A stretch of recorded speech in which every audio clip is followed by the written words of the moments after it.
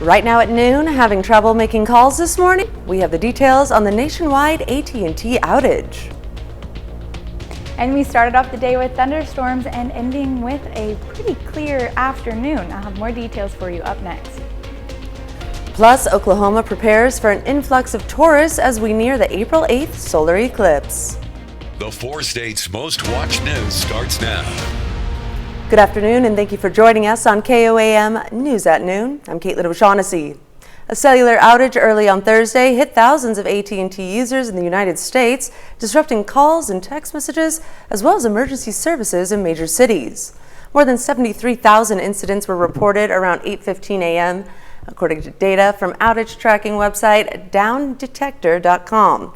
Although Verizon and T-Mobile customers reported some network outages too, they appeared far less widespread. T-Mobile and Verizon said their networks were unaffected by AT&T's service outage, and customers reporting outages may have been unable to reach customers who use AT&T. AT&T said in a statement, quote, "Some of our customers are experiencing wireless service interruptions this morning. We are working urgently to restore service to them. We encourage the use of Wi-Fi calling until service is restored." End quote. Jasper County deputies have arrested a man for invasion of privacy after finding a cell phone in an employee's shower room, recording several employees and a juvenile showering. Jasper County Sheriff's detectives responded to the call at Tarzan Zerbini Circus, immediately starting interviewing employees, which led to the arrest of 38-year-old Uriah J. Bell of Carthage, Missouri. According to the Jasper County Sheriff's Office, Bell's charges include 8 counts of invasion of privacy, a Class C felony, and has been filed at the prosecutor's office with a $15,000 bond. The Oklahoma House passes a bill increasing mandated prison stays for convicted criminals. House Bill 2946, known as Loria and Ashley's Law, is now headed to the Senate. The 2 teens were kidnapped, tortured, raped, and killed in 1999. Their bodies have yet to be found. If passed, the bill will add accessory to murder in both the first and second degree to the list of crimes, mandating offenders to serve 85% of their prison sentence before they are eligible for parole. The bill follows the recent release of Ronnie Busick. He was charged with accessory to felony murder in the girl's case and sentenced to 10 years in prison with 5 years probation. Because of good days earned while incarcerated, as well as time credited while in the county jail, Busick was released after just 3 years. So we started off the morning with some thunderstorms. However, those are all out of our area and off to the east. Temperature right now is 67 out in Joplin, and good visibility, winds light coming from the north, about 5 to 10 miles per hour. Now, we don't see any rain or snow in the area for the next several days. We won't see any more until Tuesday. Today, it's going to be looking really great outside with our high being 66, 67. And we do see some winds gusting upwards of 28 to 25 miles per hour. Starting as those winds shifted from the north, it's going to start to pick up, getting up to 26 miles per hour in Joplin and Miami and some other areas as well. It's going to continue in for the rest of the day and pick back up later this evening, gusting up to 31 miles per hour in Pittsburgh. Now, we do see some rain later in the forecast, and I'll have more details for you in just a bit. Caitlin? Thanks, Lindsay. Multiple state, county, and city agencies have been preparing for months for the 2024 eclipse event happening on April 8th. Parts of southeastern Oklahoma will experience a total solar eclipse. Oklahoma is expected to receive an influx of anywhere from 17,000 to 66,000 visitors to watch the solar eclipse. Visitors will likely watch the eclipse within the path of totality, in which the moon will completely block out the sun. This stretches across southeastern Oklahoma. The path of totality will completely cover McCurtain County and partially cover Choctaw, Bryan, Atoka, Pushmataha, Ledmere, and Leflore counties. The town with the longest total eclipse viewing time will be Schultz, Oklahoma, approximately 3 miles east of Idabel, with 4 minutes and 19 seconds of viewing time. The eclipse will pass over Oklahoma starting at 1:44 p.m. and end at 1:51 p.m. on April 8, 2024. The large influx of visitors to southeastern Oklahoma could overwhelm and back up the area's road systems. The major highways in the area are US 70, US 259, the State Highway 3. and these roads are mostly two-lane highways passing through small towns. The Environmental Protection Agency is in Caney, Kansas, seeking permission from residents to sample contaminated soil. KOAM's Amber Jenkins has more.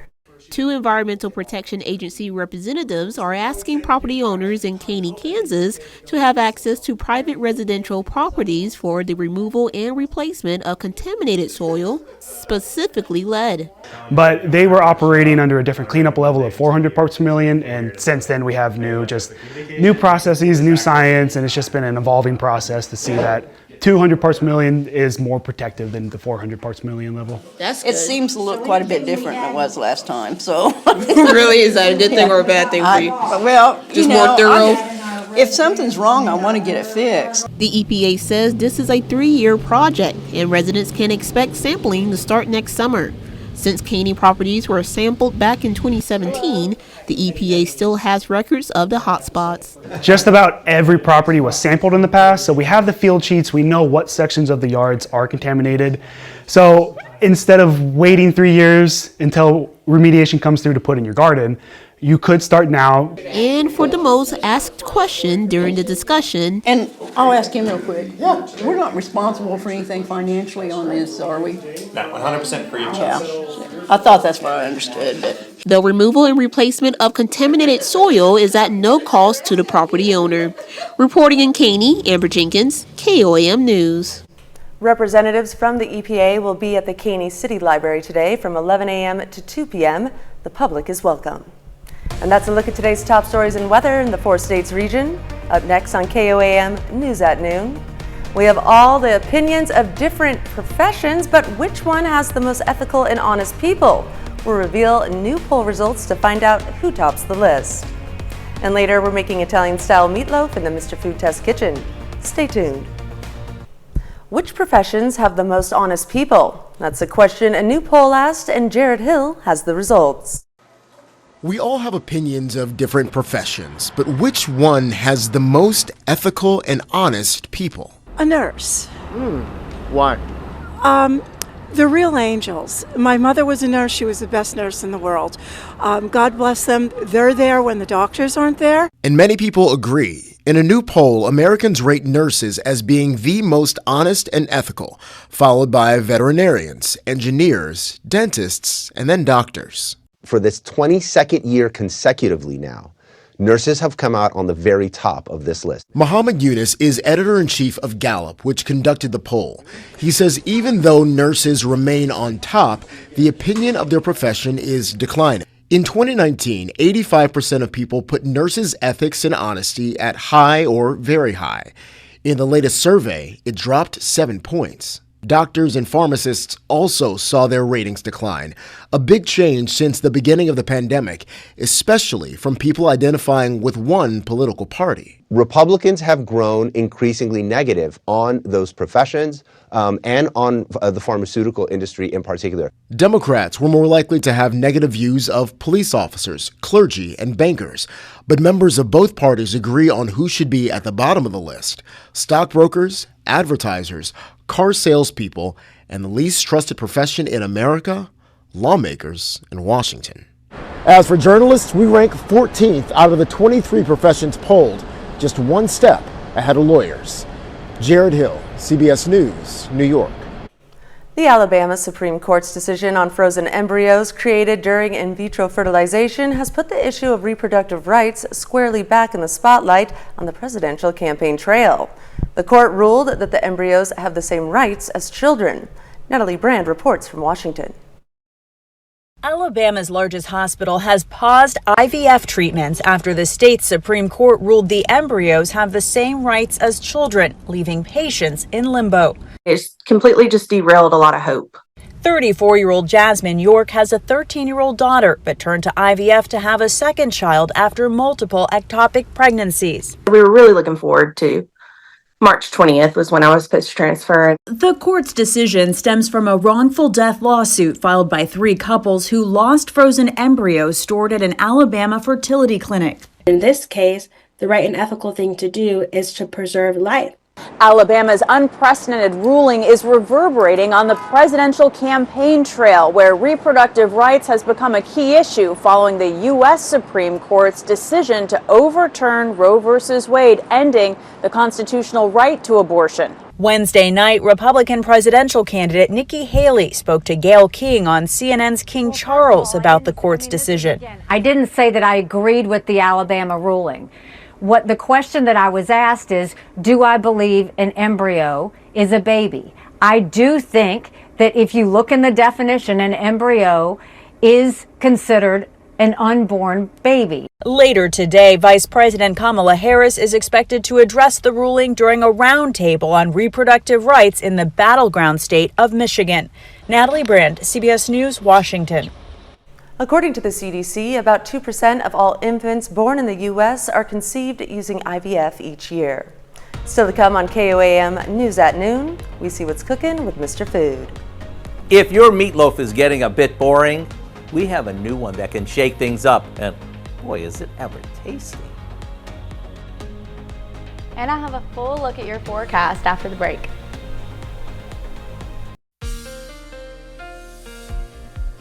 So we started off the morning with some thunderstorms, and it has cleared out of the way, thank goodness. Looking to have a cloudy day with temperatures getting up to the mid-60s today. Taking a look outside at our 7th and Rangeline camera, you can see traffic's picked up and we do see some clouds. However, the sun's poked out just a few times today already, and I'm looking forward to seeing it some more as we move into the evening.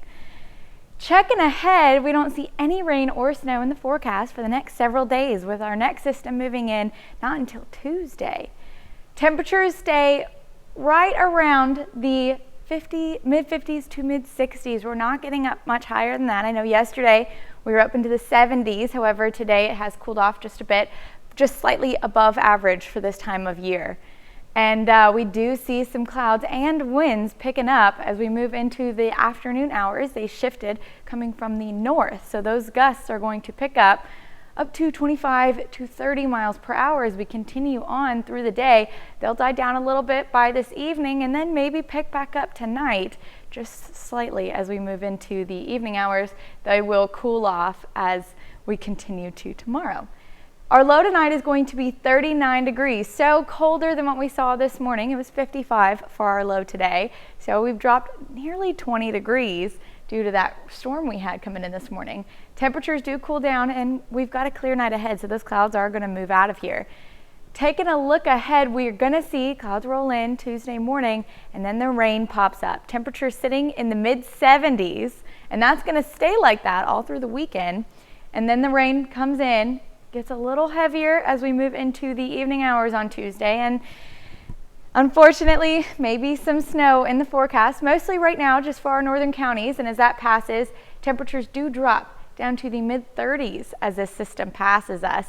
Now this could change. We are still almost a week away, and the 4 states region has a history of the systems shifting, so we're going to keep an eye on this and keep you guys updated. After that passes, the temperatures do drop down to the 30s.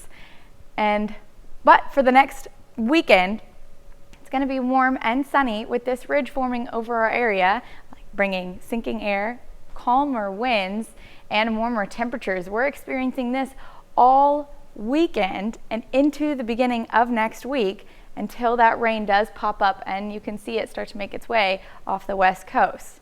Now, I want to take a look at the 10-day forecast. Right now, 65, and we're going to continue to see sunny skies all the way through Monday, with our highs getting up to 76 by Monday and 77 on Tuesday, right before that rain comes in. Unfortunately, the rain does come in for a few days. We're going to have rain showers Tuesday evening all the way through Wednesday evening, and maybe some showers still sticking around on Thursday, dropping those overnight lows down to the mid-20s Wednesday night and Thursday night, with the high only getting up to 45 by Thursday. So we've got some warm and sunny days ahead, but later this week we will see the showers yet again. All right, well, stick around because we're making Italian-style meatloaf in the Mr. Food Test Kitchen. We'll be right back. It's time to check in with Howard in the Mr. Food Test Kitchen. Today he's making Italian-style meatloaf. Take a look. I have a question for you. Can you think of one dish that's been around for what seems like forever and continues to reinvent itself over and over again? If you said meatloaf, you're right. When the meat grinder was first invented and ground beef became commonplace, so did meatloaf. During the Great Depression, it was common to mix ground meat with oats, breadcrumbs, or other fillers as a way to get a good cheap meal on the table. These days, meatloafs are made with an assortment of meats and are full of all sorts of add-ins, giving each its own personality.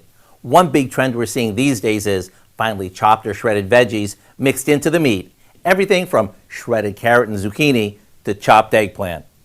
The meatloaf we're making today may look like any other meatloaf, but what sets it apart is that we've added finely chopped eggplant to the mixture of ground beef and pork, along with a slew of Italian spices and some Parmesan cheese. So if you love really moist meatloaf that's packed with flavor, you gotta go online and get the recipe for our Italian-style meatloaf. I'm Howard in the Mr. Food Test Kitchen, where today we found a changing things up kind of way for you to say, ooh, it's so good. You can find this recipe on our website at KOAMnewsnow.com. Now here's a look at the 4-state market prices. So taking a look at our 10-day forecast, we have sunny skies for the next several days, all the way until Monday, and even most of the day on Tuesday. Those showers don't roll in until Tuesday evening, but we're seeing temperatures in the 70s Sunday, Monday, and Tuesday, and then rain through Tuesday through Wednesday, possibly some showers still sticking around by Thursday, and then sunny skies again next weekend. All right, well, coming up tonight at 5, an estimated 8.5 million Americans rely on the diabetes medication insulin to survive. Recent changes cap the cost at $35 a month, but many people, either uninsured or not on Medicare, don't qualify for this price. Plus, find out how some Parsons students are paving the way for a Veterans Memorial using a Humvee, and details on a survey that could better understand the community's need for public transit in Joplin. Join us for those stories and more on KOAM News at 5. And that's the news for now. Thank you for joining us on KOAM News at Noon. Have a great rest of your day.